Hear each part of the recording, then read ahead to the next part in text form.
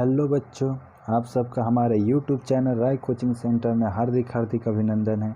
अगर आप हमारे इस चैनल पर फर्स्ट टाइम आए हैं तो कृपया कर इस चैनल को सब्सक्राइब कीजिए तथा बेल के आइकन को दबा दीजिए ताकि कोई भी नोटिफिकेशन आप तक सबसे पहले पहुंच सके। आज हम क्लास 9 के लाइफ साइंस का फर्स्ट चैप्टर, जिसके अंतर्गत ये हमारा दूसरा वीडियो है। अगर आप फर्स्ट वीडियो नहीं देखे हैं तो प्लेलिस्ट में जाकर आप देख सकते हैं। ठीक, तो आज का हमारा टॉपिक है जीव विज्ञान क्या है, व्हाट इज़ बायोलॉजी। ठीक, तो चलिए देखते हैं। तो इससे पहले आप सभी से अनुरोध है, कृपया कर इस चैनल को सब्सक्राइब कर लीजिएगा तथा बेल का आइकन को दबा दीजिएगा। चलिए आगे देखते हैं।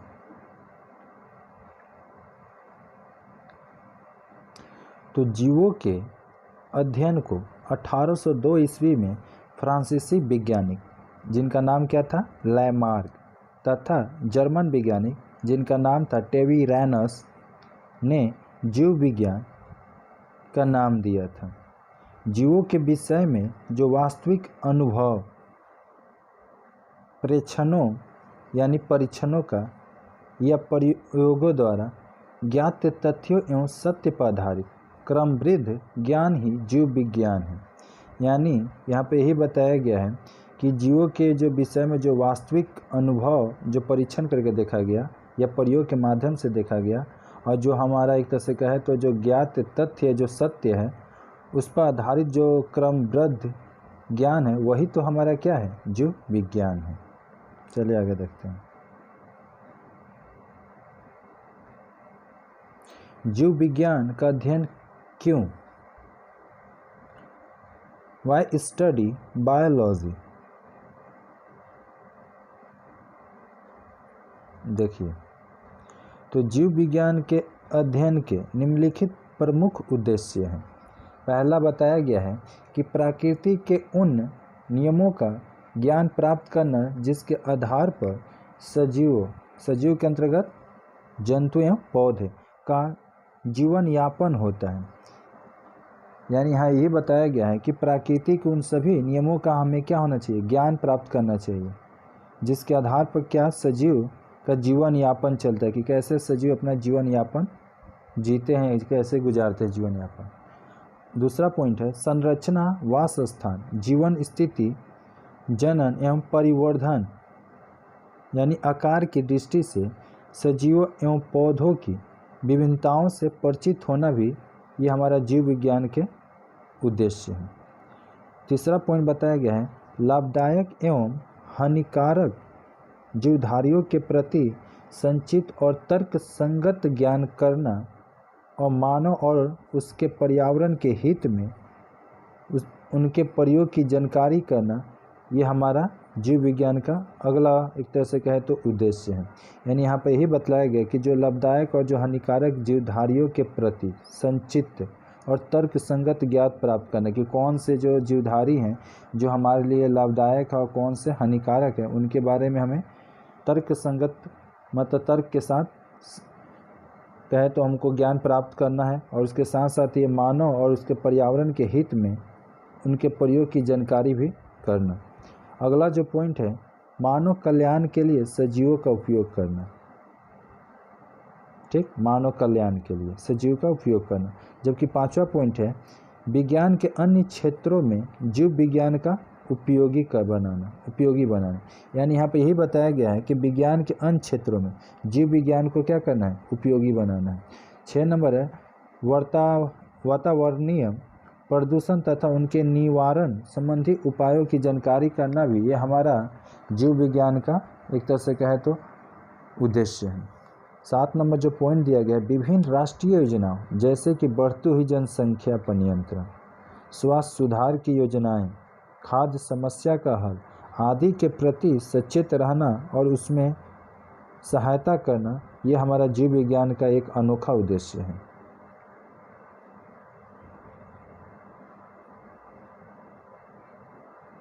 अब आते हम लोग आगे, जीव विज्ञान की शाखाएं। ब्रांचेस ऑफ बायोलॉजी, ये जो बायोलॉजी है जीव विज्ञान, इसकी कौन कौन सी शाखाएं हैं, तो इसके बारे में हम लोग पढ़ने वाले हैं। चलिए देखते हैं।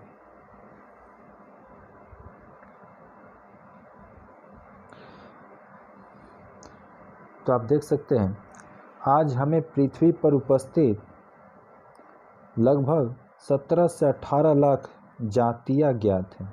यानी आज हम लोग को इस पृथ्वी पर करीब 17 से 18 लाख जातियाँ हम लोग को पता है। जाति तो समझते हैं, जैसे हम लोग भी क्या, जैसे आप या हम एक जाति के हो गए, ठीक, मनुष्य जाति के, गाय एक जाति हो गई, बकरी एक जाति हो गई, ठीक, यही होता है जाति।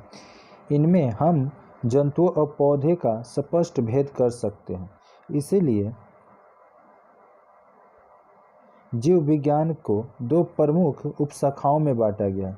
यानी बताया गया जो जीव विज्ञान होता है उनको दो उपशाखाओं में बांटा गया है। पहला क्या बताया गया है, तो पहला है पादप, जिसको वनस्पति विज्ञान के नाम से भी जाना जाता है, और दूसरा हमारा है जंतु विज्ञान, जिसको जंतु कह सकते हैं।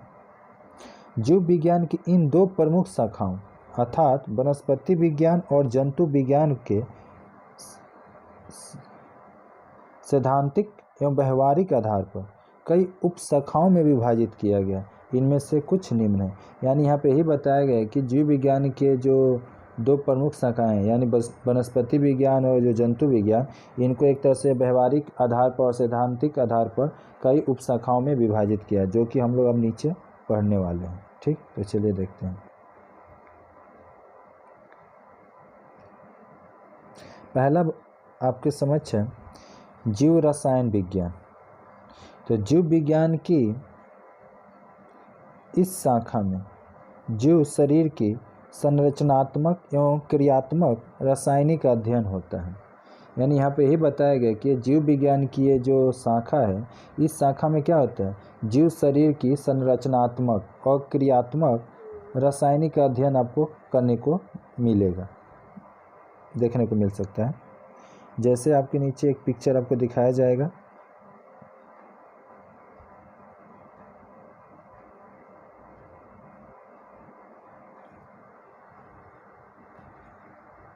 अगला पॉइंट है हमारा 2 नंबर, अणुजैविकी या अणुजीव विज्ञान। तो जीव विज्ञान की इस शाखा में सजीव पदार्थ के घटक यौगिक, यानी एक तरह से कहें तो घटक जो यौगिक हैं अर्थात जैव अणुओं का अध्ययन किया जाता है। यानी अणुजीव विज्ञान में आपको जैव अणुओं का अध्ययन करने को मिलेगा।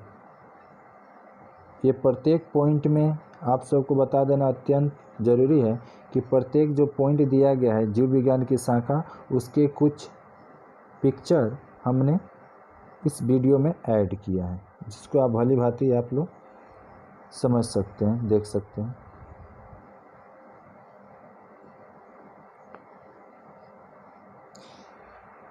ये कुछ घटक यौगिक हैं जो जैव अणु के हैं।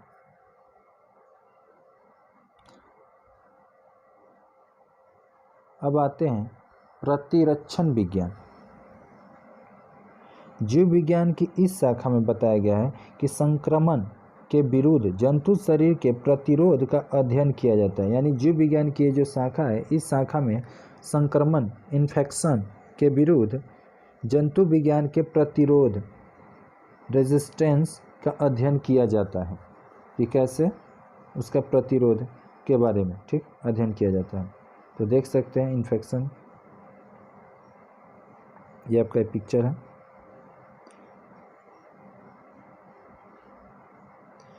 इन्फेक्शन के उपरांत कैसे हो जाता है।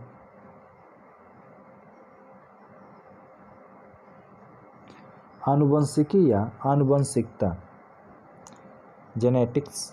जीव विज्ञान की इस शाखा में जीवधारियों में पीढ़ी दर पीढ़ी पैतृक लक्षणों के स्थानांतरण की विधि का अध्ययन किया जाता है।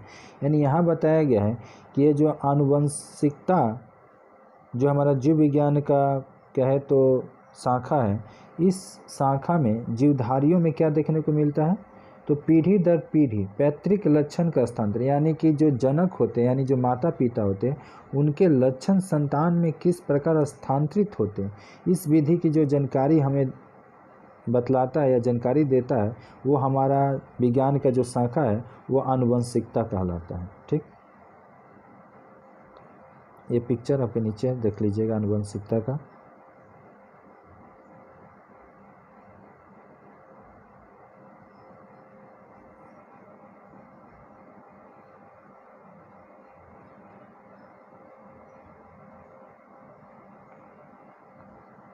औतिकी हिस्टोलॉजी जीव विज्ञान के इस शाखा में बताया गया है कि हम ऊतकों का अध्ययन करते हैं। आप भली भांति जानते हैं ऊतक के बारे में, जिसको टिश्यूज बोला जाता है, यानी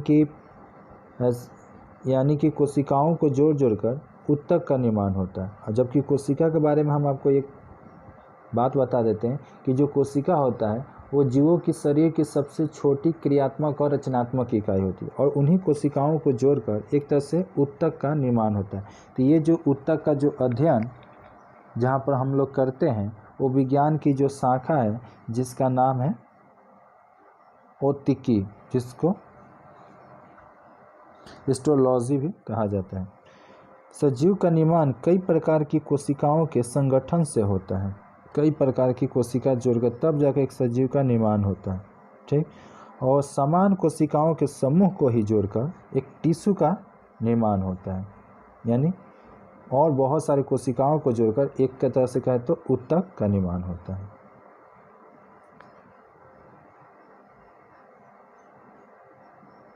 यहाँ देख सकते हैं बहुत सारे जो कोशिका हैं एक दूसरे से सटे हुए हैं और इन सब के जो एकजुट समूह है इसी को हम लोग ऊतक कह सकते हैं। अब आते हैं हम लोग शारीरिक एनाटॉमी। जीव विज्ञान की इस शाखा में बताया गया है कि जीवधारियों के आंतरिक संरचना का अपेक्षाकृत स्थूल अध्ययन किया जाता है।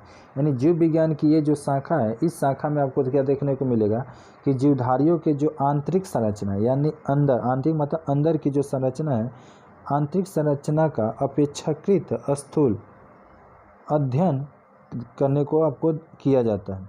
अर्थात इनमें आँखों से देखकर अंगों का अध्ययन किया जाता है। ये जो हमारा शारीरिक विज्ञान के अंतर्गत इसमें शरीर की काट छाट और विच्छेदन आदि सम्मिलित है। यानी इस विज्ञान के अंतर्गत शरीर की काट छाट होती है और उसका विच्छेदन होता है।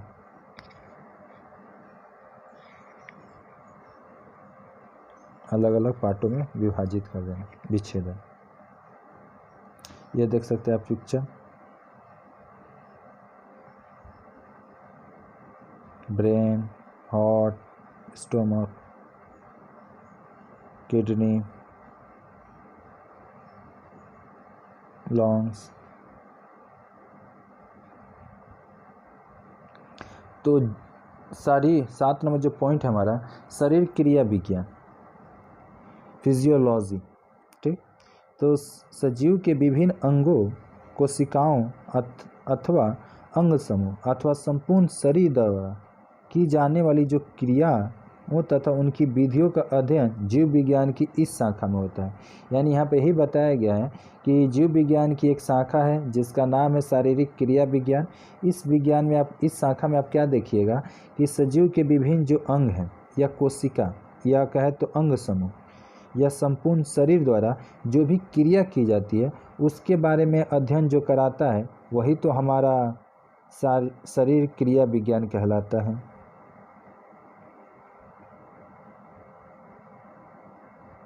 देख लीजिए पिक्चर।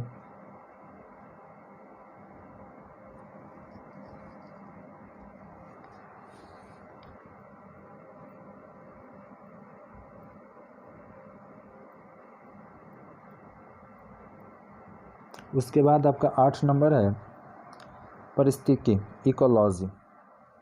इस शाखा में जीवों और उनके वातावरण के विभिन्न कारकों के मध्य पारस्परिक संबंधों का अध्ययन किया जाता है। यानी यहाँ पे यही बताया गया है कि ये जीव विज्ञान की ये जो शाखा है इस शाखा के अंतर्गत क्या होता है, जीव और उनके वातावरण के विभिन्न कारकों के बीच संबंध का अध्ययन देखने को मिलता है, पारस्परिक संबंध।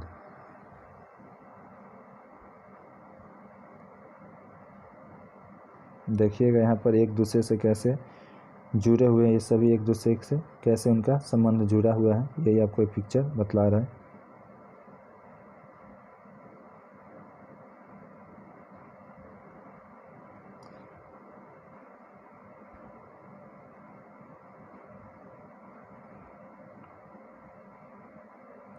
व्यवहारिक जीव विज्ञान, ये 9 नंबर पॉइंट है। Behavioural biology. व्यवहारिक जीव विज्ञान में जंतु एवं पौधों के उन सभी पहलुओं का अध्ययन किया जाता है। व्यवहारिक जीव विज्ञान में जंतु और पौधे के उन सभी पहलुओं का अध्ययन किया जाता है जिनसे मानव जाति की भलाई और उनकी उन्नति हो। यानी कि ये जो व्यवहारिक जीव विज्ञान है, इस जीव विज्ञान में यही बतलाया गया है कि जंतु और पौधे के उन सभी पहलुओं पर अध्ययन किया जाता है, गौर किया जाता है, जिसमें मानव जाति की भलाई हो या उन्नति हो। हम लोगों को पौधा और जंतुओं से अनेक प्रकार के भोज्य पदार्थ और औषधि प्राप्त होते हैं। आप लोग भली भांति जानते हैं कि पेड़ पौधों से और जंतुओं से हमें विभिन्न प्रकार के भोज्य पदार्थ और औषधियाँ प्राप्त, औषधि यानी कि दवाइयाँ प्राप्त होती है। विभिन्न प्रकार के रोगों से पौधे और जंतुओं की हानि होती है। और यहाँ पे ये भी बताया गया है कि विभिन्न प्रकार के रोगों से क्या होता है, पौधे और जंतुओं की हानि होती है, अतः उनसे इनकी सुरक्षा करनी भी आवश्यक है। जैसे मुर्गी पालन, मधुमक्खी पालन, मत्स्य पालन, मछली पालन को कहते हैं, और पशुपालन आदि के विषय में विस्तार पूर्वक अध्ययन करना और उसकी उपादेयता की जानकारी देना, यही व्यवहारिक जीव विज्ञान की एक तरह से कहे तो देन है।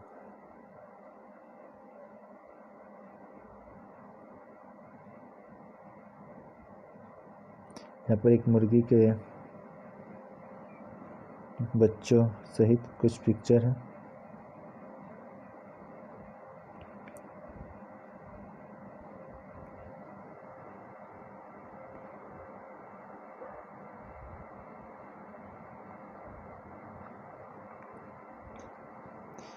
लास्ट है आपका 10 नंबर, एक तरह से कहे तो जैव विकास, इवोल्यूशन। सरल जीव विज्ञान में निरंतर एवं क्रमिक परिवर्तन के फलस्वरूप, सरल जीवधारियों में निरंतर एवं क्रमिक परिवर्तन के फलस्वरूप जटिल जीवधारी के निर्माण की क्रिया को जैव विकास कहते हैं। यानी यहाँ पर यही बताया गया है कि जो सरल जीवधारी हैं, उन जीवधारियों में निरंतर और क्रमिक परिवर्तन के फलस्वरूप क्या होता है कि उनसे जटिल जीवधारी के निर्माण की क्रिया, मतलब सरल से किस में कन्वर्ट हो गया, जटिल में। तो ये जो मतलब जटिल जीवधारियों के निर्माण की जो क्रिया है, इसी को हम लोग जैव विकास कहते हैं। सरल से कन्वर्ट हो रहा है जटिल में, तो ये जो कन्वर्ट होने की जो क्रिया है, यही हमारा जैव विकास है। आदिकाल में सरल जीवधारियों में किस प्रकार धीरे धीरे क्रमिक परिवर्तन हुआ, सरल में कैसे कैसे धीरे धीरे क्रमिक परिवर्तन हुआ, और इन्हीं बातों और नियमों का अध्ययन जीव विज्ञान की इस शाखा में किया जाता है, जिसका नाम है जैव विकास। विज्ञान की समुचित जानकारी के लिए इसे विभिन्न शाखाओं में विभाजित किया जाता है, जैसे जीव विज्ञान, भौतिक विज्ञान और रसायन विज्ञान आदि। ये सभी शाखाएं अपनी अपनी अलग अलग जानकारी देती हैं, परंतु यदि हम ध्यान से देखें तो ये सभी एक दूसरे से स्वतंत्र नहीं हैं, यानी कि अलग नहीं, अपितु बहुत ही संबंधी है, एक दूसरे से जुड़ा हुआ। भौतिक विज्ञान और रसायन विज्ञान के नियम जीव विज्ञान और विभिन्न समस्याओं के समाधान में सहायक है।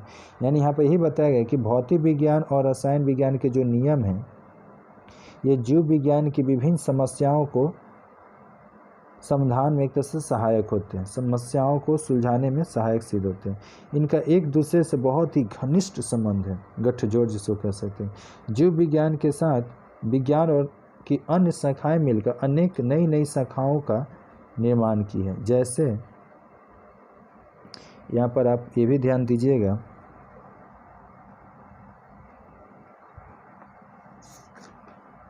कि बताया गया है इन ध्यान देने योग्य बात में, जो ब्लू पिक्चर है, उसमें आप लोग देख लीजिएगा कि जीव विज्ञान की इन उपरोक्त शाखाओं के अलावा कई अन्य और भी शाखाएं हैं। जितने हम लोगों ने तो 10 शाखाओं के बारे में पढ़ा, इसके अतिरिक्त और भी बताए तो कुछ और भी ऐसी शाखाएं हैं जैसे कि जीवाश्मिकी, रोग विभाग, वर्गीकी और अकारिकी आदि।